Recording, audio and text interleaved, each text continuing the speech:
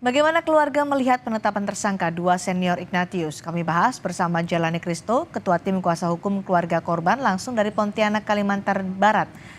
Pak Jalani, jadi sudah ditetapkan ini dua senior korban, Bribda IDF sebagai tersangka dan kemudian sudah dipatsuskan.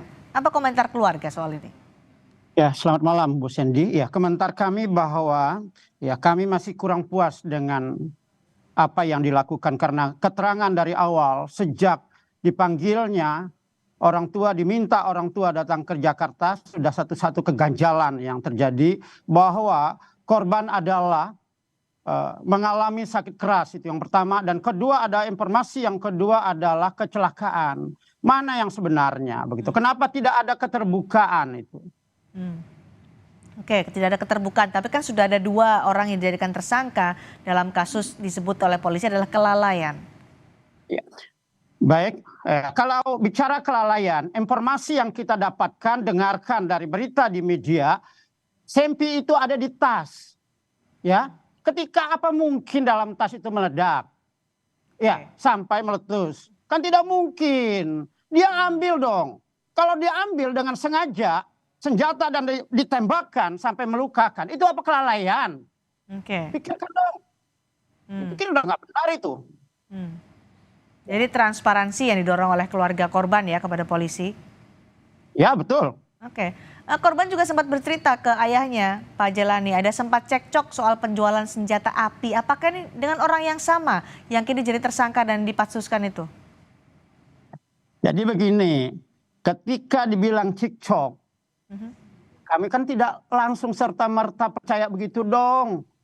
Ya, harus diselidiki dulu. Ya, kami akan kumpulkan, tim hukum akan kumpulkan keterangan-keterangan yang lain dan bukti-bukti yang lain, gitu ya. Kami tidak cepat mengambil kesimpulan.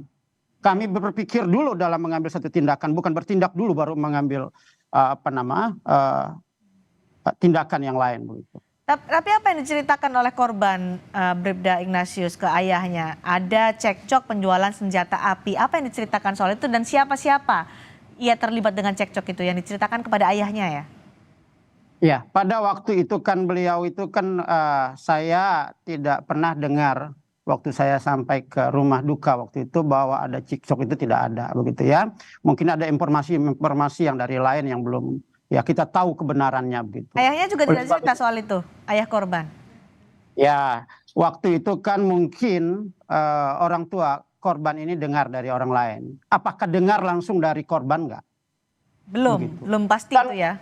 Ya, oleh sebab itu belum sesuatu yang belum pasti. Karena dua hari atau satu hari sebelumnya tidak ada pernah telepon bahwa ada cekcok dan sebagainya. Telepon baik-baik dan tidak ada masalah.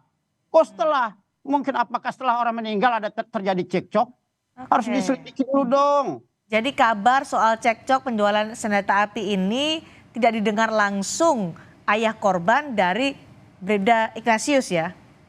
Ya, nanti kami akan selidiki dulu ya begitu. Oke, dan termasuk orang-orang yang katanya terlibat cekcok soal penjualan api dengan Bribda Ignatius ini, apakah orang-orang yang sama yang saya jadi tersangka? Itu juga belum bisa dipastikan oleh keluarga. Ya, jadi nanti kami tim hukum akan membuat satu pertemuan begitu ya. Ya, yang paling utamakan adalah bagaimana korban itu bisa sampai di kampung halamannya, bisa dimakamkan itu terlebih dahulu. Begitu ya. Setelah itu barulah pengacaranya mengambil tindakan hukum seperti apa begitu ya, sambil kami mengumpulkan bukti-bukti data-data yang lain. Saya pikir itu yang lebih bagus begitu. Baik. Dengan keinginan keluarga menuntut bahwa kasus ini terbuka, transparan dan diusut tuntas, apa yang kemudian akan dilakukan? Apa koordinasi yang dilakukan juga dari pihak keluarga dan pengacara untuk mendorong ini supaya transparan?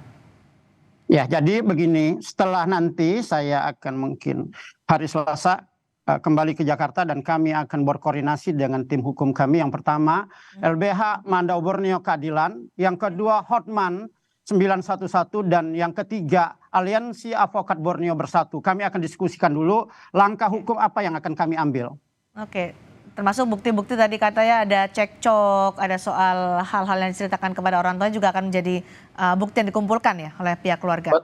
Betul, apakah itu benar atau tidak harus diselidiki dulu begitu ya. Kami Baik. tidak cepat sampaikan itu. Baik, terima kasih Pak Jalani Christo sudah berbagi informasi bersama kami di Sapa Indonesia Malam hari ini. Selamat malam. Terima kasih kembali, salam sejahtera.